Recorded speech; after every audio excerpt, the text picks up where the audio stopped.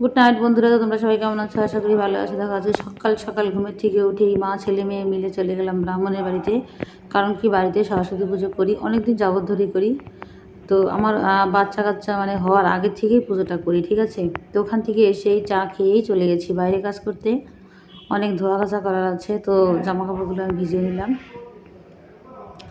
এখানে হচ্ছে বাসনে রেখেছি, কারণ কি বাসন আমার ঘরে ধোয়ার জায়গা আছে। এখন তো বৃষ্টির দিন না, বৃষ্টির দিনে বেশি করে ধুই যখন বর্ষাকাল হয়। এখন তো ঠান্ডার দিন, তো সেই তরফ থেকে আমি বাইরে নিয়ে গেছি ধোয়ার জন্য, তাহলে ঘরটা নোংরা কম হয়। আর এখানে দেখো কালকে আমি শাক পাতা বেছে রেখেছিলাম, সেই নোংরাগুলো আর উঠাইনি।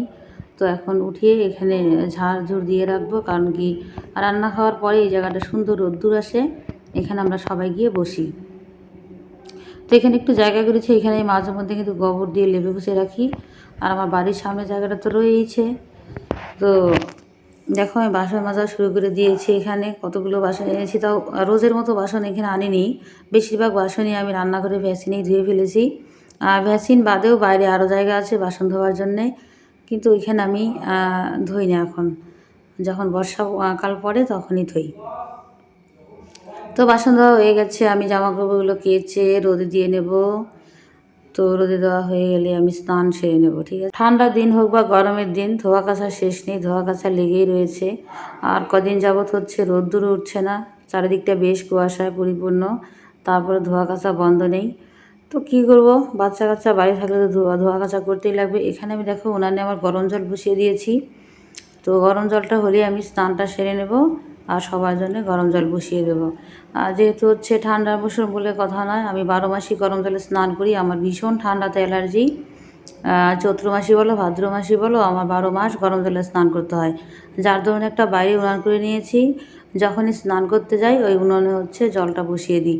আর ওই টিনের বেড়াটা তোমরা দেখতে পাচ্ছ, ওর ওখানে একটা গেট আছে, ওর বাইরে দিয়ে বাগান থেকে খড়ি আনা যায়, ওখান থেকে খড়ি এনে এখানে রাখি। তো আমি স্নান করে চলে এসেছি রান্নাঘরে। দেখো বড়বাবু আবার চিকেন এনেছে, আমাদের বাড়ির সামনে আজকে হাট। তো আমার বাদবাকি রান্না হয়ে গেছে, যেহেতু আমার শাশুড়ি মা চিকেন খায় না। আমারও সেরকম একটা মানে যে কোনো মাংসই হোক না কেন, আমি সেরকম একটা খাই না, তবে রান্নাবান্না করি, আমার প্রিয় না, ঠিক আছে। তো যেহেতু বড়বাবু এনেছে সেহেতু তো রান্না করে দিতেই হবে, বাচ্চা কাচ্চাও খায়।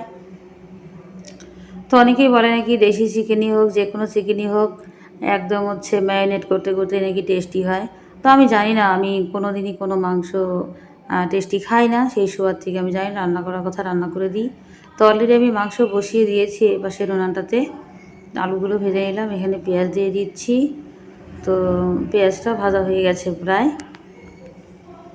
আর ওই দিয়ে হচ্ছে বড়বাবু খালি তাড়া দিচ্ছে কখন রান্না হবে। তো এই পর্যন্ত যাই হোক, সবাই ভালো থেকো, সুস্থ থেকো।